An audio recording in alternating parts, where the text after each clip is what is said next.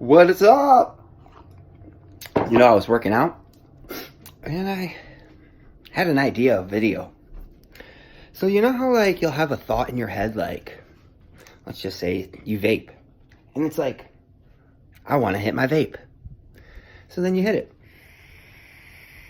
A couple minutes go by. You should hit your vape. So you hit it again. And then again, and then again, and then again. You know that reoccurring voice in your head that tells you to do stuff and you just fucking follow its every command? And you know how impatient it is? Where it's like, now. And if it doesn't get what it wants right now, it sends you a fucking negative vibration and negative emotion to trigger you to react. So you make that decision, so you make that move. Well, why don't we give our ego the same treatment that it gives us? Now, this will take practice, but with practice and time, it will fucking serve you well. Don't fucking give any remorse to your ego. If your ego says, does this, say, fuck off. I'll get to it when I want to. You should eat. I'm not fucking hungry. You should mind your business. Man, you stink. You should go shower. Bitch, I like my smell. It's natural. Fuck off. Talk to yourself. Let them know who's boss. Because that ego will walk all fucking over you. Every day. Every day it will walk over you. And if you give in to every fucking command that it sends you, all you're doing is fucking just strengthening that neural pathway in your mind so that each and every time it fires, it's going to get even more and more difficult to refrain from reacting. So, with that being said, every time you have a thought, and maybe it's something you're working on right now. Like, for example, for me, mine's my nicotine pen and Kratom. I struggled with addiction my majority of my life since I was like, I don't know, 16, 15, 14, 13, 12, 10, 11, 7. Who knows? I lost track.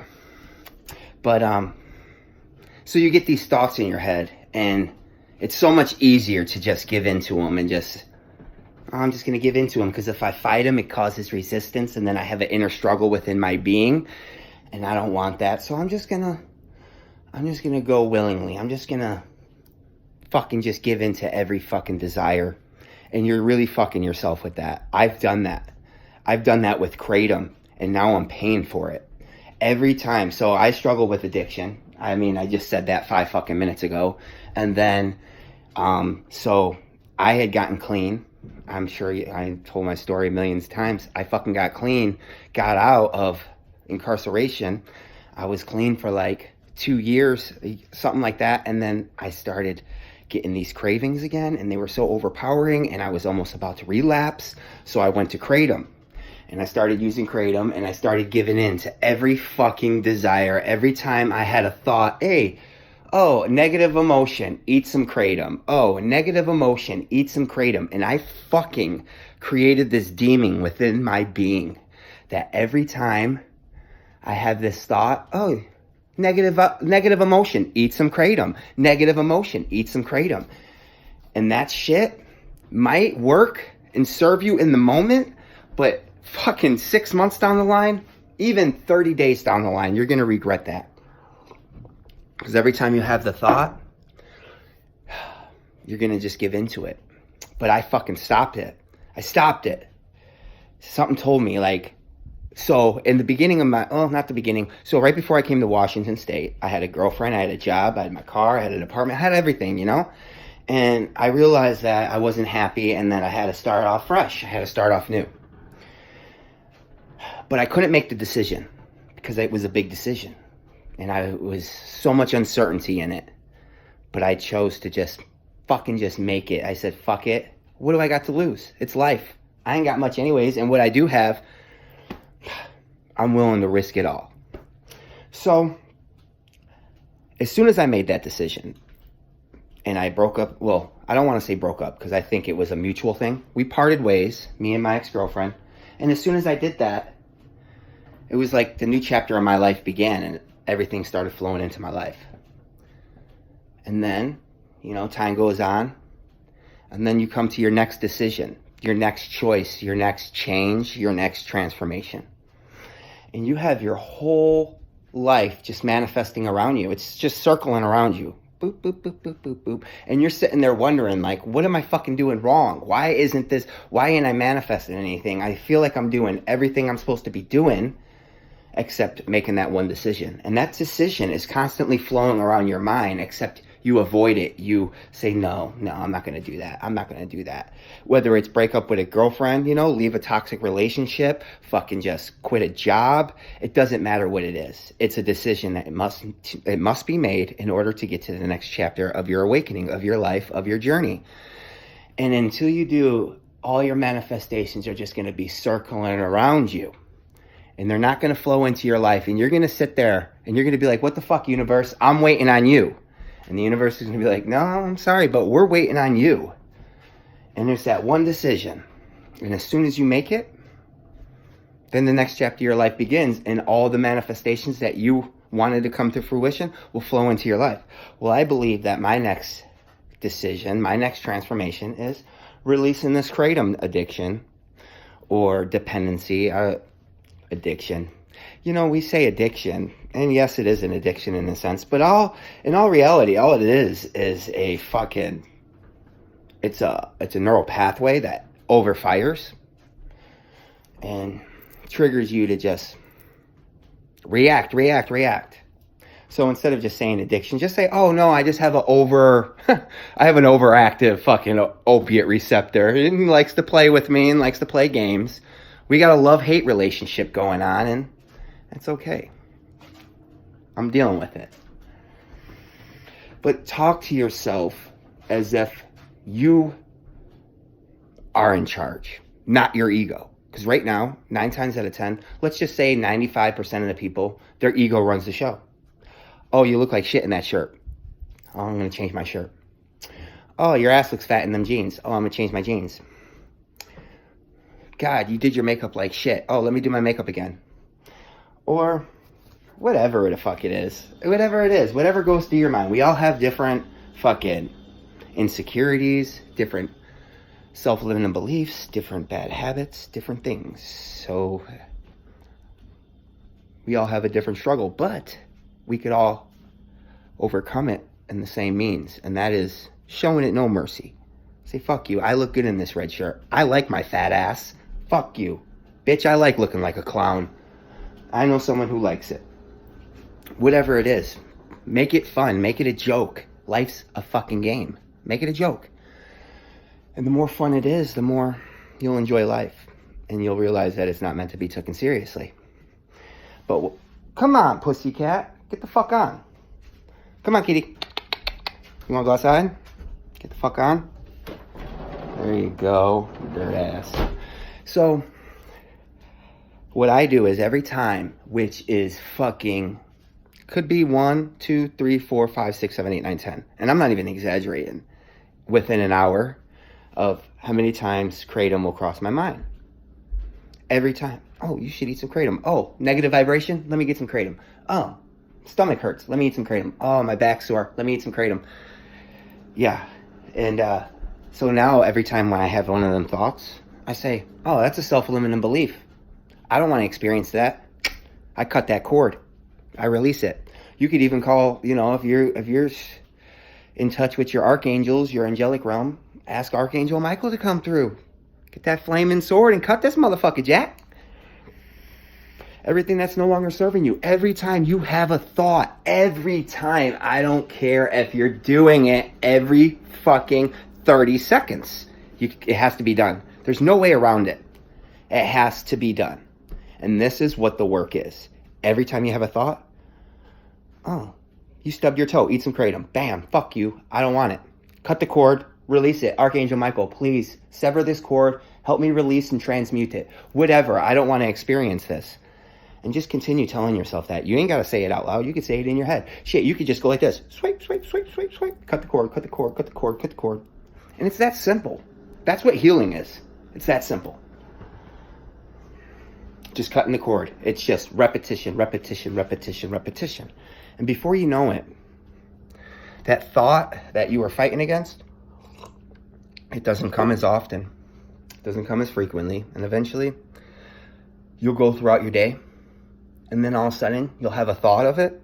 Like, I'll think of kratom, and I'll be like, wow, I didn't think of that shit for like 5 hours. And that's, that's an accomplishment. And that's the things that you notice when you're starting to release all these traumas and all these bad habits and these self-limiting beliefs. You just release them through your words. Oh, this thought isn't serving me. I release it. And I've been doing that, and it's been working. And I'm just going to stay strong, and I'm going to fucking do it. Because I guarantee you, I don't give a fuck how... what's the word I'm looking for? When you're a productive addict, I don't care how functional you are as an addict. Like, I'm a functional addict because I could buy the stuff that I need out of a store. It's like alcohol in a sense, but not as detrimental to your body, but it's accessible. So you just have to go to the store. It's not like you got to go call your dope man up and say, hey, meet me at 6030 in Kedzie. Yeah, I'll be there. None of that shit. It's right at the fucking corner store, which makes it even more difficult. That's why people struggle with alcohol so much. Because they got all this trauma built up. And the only thing that they know to release or to just distance themselves from that trauma is drinking a bottle of alcohol. Numbing themselves. And that fucking liquor store is right down the street, and all it takes is 99 cents to get you a fucking King Cobra, and you'll be fucking smacked, and you'll be numb, and you'll be living your life. And then you'll wake up in the morning feeling like fucking, feeling like shit. Fucking drinking crackhead beer. But, I'm kind of getting off in a rant, but anything is possible. All you have to do is just speak it into fruition. Say, I don't want to experience this. I release that. So whenever you have a mind, like a thought of lack, like, oh, my cell phone bill's coming up. I don't have any money. Oh, fear, worry. No, bitch. Cut it. Cut. That's all it is. Put it this way. This is what I was thinking. Some spiritualist might say, why would you want to call yourself a bitch? I'm not calling myself a bitch. I'm calling that voice inside my head a bitch. I'm not calling me a bitch. I don't identify with this voice in my head. This voice is a bitch. But then another voice comes in that is on some boss shit, and I know to listen to that voice. But when that other voice chimes in, which you could tell the difference. One's just like a whiny little crybaby ass bitch, and the other is on some boss status like, hey man, you should probably do this because it's going to benefit you.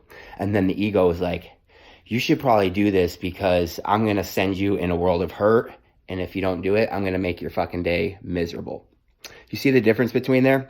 The ego speaks in fear. The ego will just tell you whatever it needs to tell you so you can react so it gets what it wants.